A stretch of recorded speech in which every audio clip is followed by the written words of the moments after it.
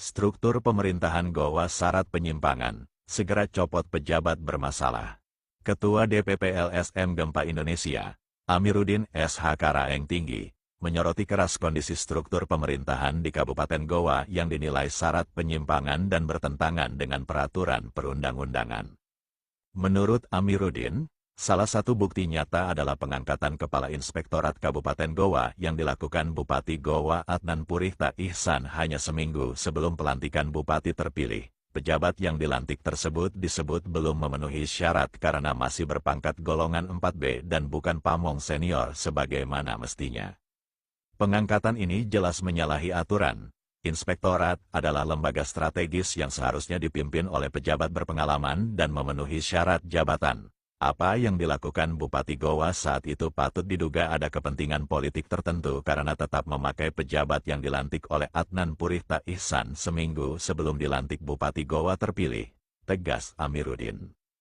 Selain itu, LSM Gempa Indonesia juga mendesak agar Kepala Inspektorat Kabupaten Gowa segera dicopot, serta menyoroti keberadaan suami Bupati Gowa yang masih menduduki jabatan sebagai Direktur Umum Perumda Tirta Jeneberang. PDAMD Gowa, menurutnya, hal itu mencederai prinsip tata kelola pemerintahan yang sehat dan berpotensi menimbulkan konflik kepentingan. Amiruddin juga menegaskan diperlunya langkah serius dalam menata kembali pemerintahan desa di Gowa.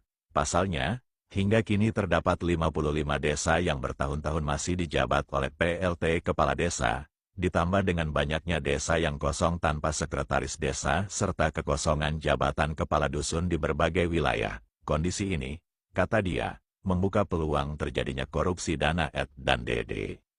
Bagaimana dana desa bisa transparan kalau kepala desa hanya dijabat PLT bertahun-tahun, sekdes banyak kosong, dan kepala dusun pun tidak ada? Ini jelas rawan penyalahgunaan anggaran, ujarnya.